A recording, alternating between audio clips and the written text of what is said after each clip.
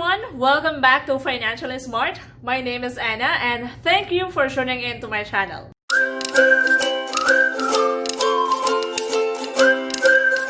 "2020 is ending and I hope COVID ends with it. It is another new year, another new chapter of our lives, new goals to achieve. Let's break a bad habit, be kind, be smart, and grow. Determining your goals is a great starting point in improving your finances, and the next step is to take action. Everyone makes a New Year's resolution, but it's important to stick with it, especially if it means your future well-being depends on it. Before we get started, don't forget to give me a thumbs up, hit the subscribe button, and ring that bell to stay tuned to my new videos every Tuesdays. It's a good idea to set resolutions you can keep. Here are some tips for making financial resolutions stick. Set achievable goals. You need to set goals that are reasonable and attainable. Otherwise, you'll get frustrated with the difficulty of achieving these goals and give up. For example, you have a 40,000 debt and you make 40,000 a year. It is not a reasonable goal to say that you want to completely pay off your debt this year. Or say you want to have a 40,000 retirement saving if you don't currently have anything saved. Don't set up yourself for failure by setting goals that are too extreme.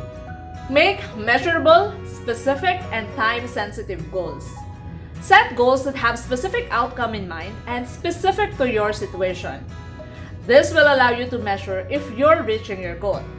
For example, if you say, "I want to save more money," how will you know that you've achieved this goal? Don't trick yourself that because you have $50 or $100 in your account by the end of the year means you have achieved it. Aim higher for as long as your financial situation allows. You can say, "I want to put $300 into my high-yielding savings account every month," then you have something specific to work on. Make sure you are in control of the outcome. You want to set goals where the outcome is determined by you. For example, your goal is to start a business. Make a resolution about saving for a capital and maintaining a good credit score. Do your due diligence to research the market and your target location. This way, your own actions determine whether or not you succeed. Here are some possible ideas for your financial resolutions. Remember, your goal should be specific to your own situation. Prioritize paying your debts. Not all debt is equal. If you want to pay down your debt, one of the first things you should do is prioritize. Debts with high interest rates such as credit card should be paid down before any other debt since it costs more to carry each month. If you're struggling with credit card debt, you're not alone. Consider consolidating it on a balance transfer credit card which offer no interest for up to 10 months. Save more. We all want to save more money. There are countless of ways to go about this.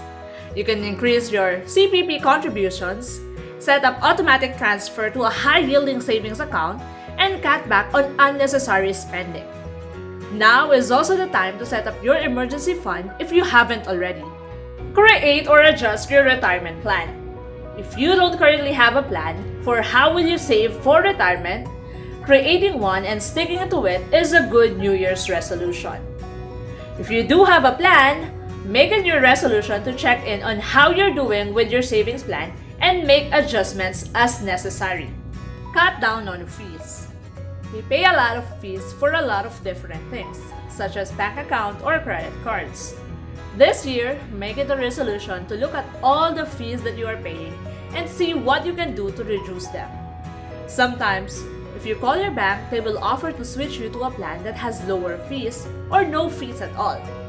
If they don't, consider switching banks. Create a personal budget. For some, a budget can feel constricting, but tracking your spending can be a useful tool to help you understand where your money goes each month. A clear budget can help you set guidelines for what you can afford to spend and help you identify areas where you could cut back.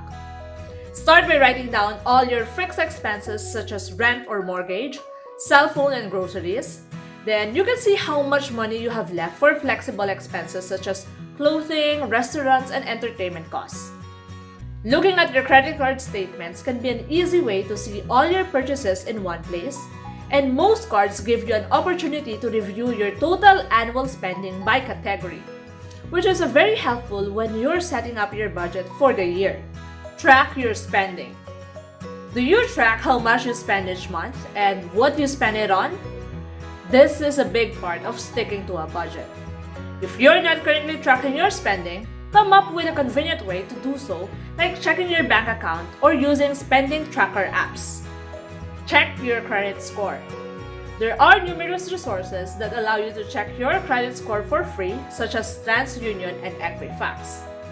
Some banks are partnered with TransUnion like Scotiabank or Capital One, and you can receive an updated credit score every month and see the factors that influence your score. Some sites may even have a simulator that shows you the potential effect of certain actions like missing a payment or paying off debt. Paying off debts. If you have other debts besides credit cards such as mortgage, car loans, or personal loans, gradually clearing them will improve your credit utilization rate and credit score. Limiting how many new accounts you open. While there's no one-size-fits-all answer to how many credit cards you should have, the important thing is you can manage all of it. It is important to note that every time you apply for a credit card, whether you're approved or denied, the card issuer pulls your credit report. This inquiries can negatively affect your credit score, but it will bounce back over time. Stop recurring charges. If you have recurring charges set up, like gym fees, Netflix, subscription boxes, etc., it's important to cancel them as it is easy to forget and then they'll start racking up.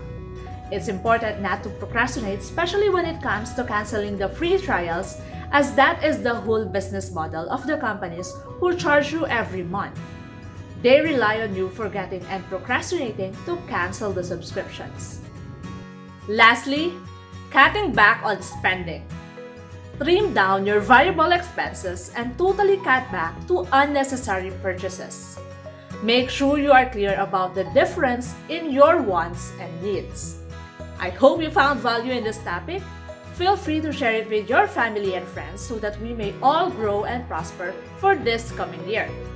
If you have any questions or topics that you want to discuss, feel free to leave a comment below. Again, don't forget to give me a thumbs up, hit the subscribe button, and ring that bell, and I'll see you all on the next video. Happy New Year, everyone! Old acquaintance be forgot and never brought to mind. Should old acquaintance be forgot and days of old lang syne, poor old lang syne, my dear, poor old lang syne, we'll take a cup of kindness yet for